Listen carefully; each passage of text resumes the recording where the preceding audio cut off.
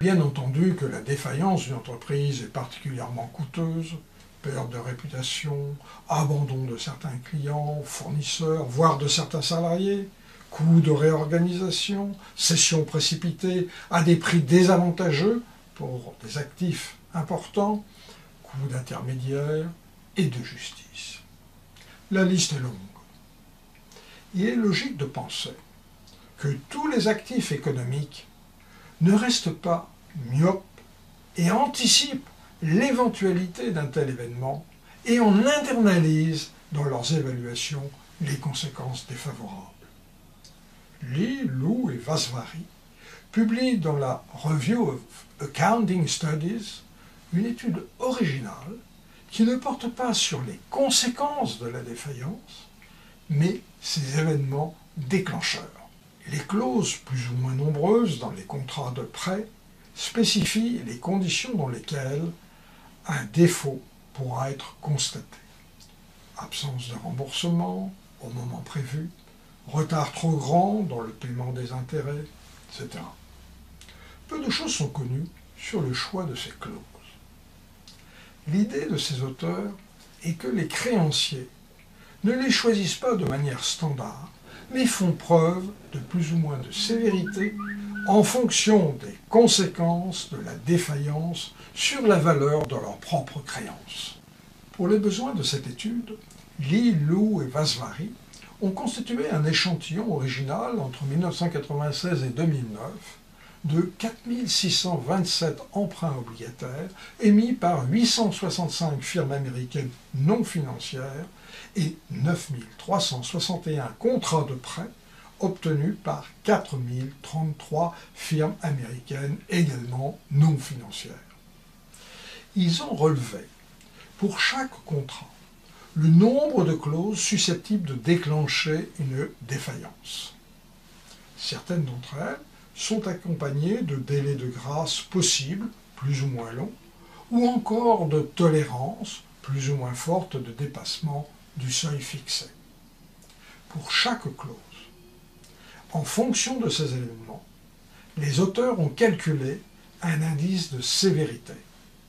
Les scores globaux sont calculés à partir de la somme de ces indices partiels par clause. Deux types de tests sont développés par les auteurs. Le premier est fondé sur la distinction entre deux types de dettes, l'obligataire et la bancaire.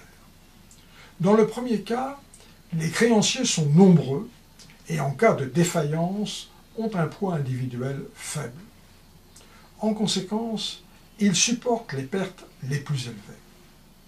En revanche, les banques peuvent jouer un rôle de monitoring plus fort. Plus elles sont concentrées, plus elles peuvent contrôler les processus de défaillance puis de restructuration. La défaillance étant moins coûteuse, elles ont avantage à la provoquer plus rapidement. Donc, à introduire des clauses plus sévères dans les contrats de prêt accordés. Cette hypothèse est testée à l'aide d'un modèle de régression avec comme variable dépendante une mesure de sévérité et comme variable explicative une variable muette pour l'emprunt obligataire, avec encore un vecteur grand X de variables de contrôle, des effets fixes année et secteur, et enfin des variables de caractéristiques des prêts eux-mêmes. Le deuxième test porte sur les liens entre la sévérité des clauses et les coûts de défaillance. Ces derniers sont mesurés indirectement. L'hypothèse des auteurs est qu'ils sont plus élevés quand l'entreprise détient beaucoup d'actifs immatériels et en particulier de capital en recherche et développement. Si l'impact sur les coûts de défaillance est bien celui-là, alors les entreprises riches en R&D doivent avoir des clauses moins sévères pour leurs emprunts obligataires.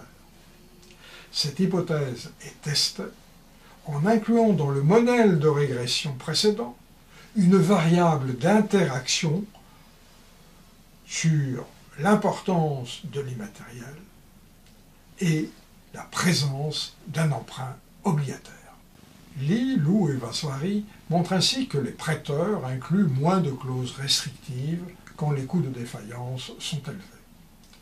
Les clauses sont plus restrictives pour les prêts bancaires que pour les obligations, car les banques ont une plus grande capacité de monitoring en cas de défaillance.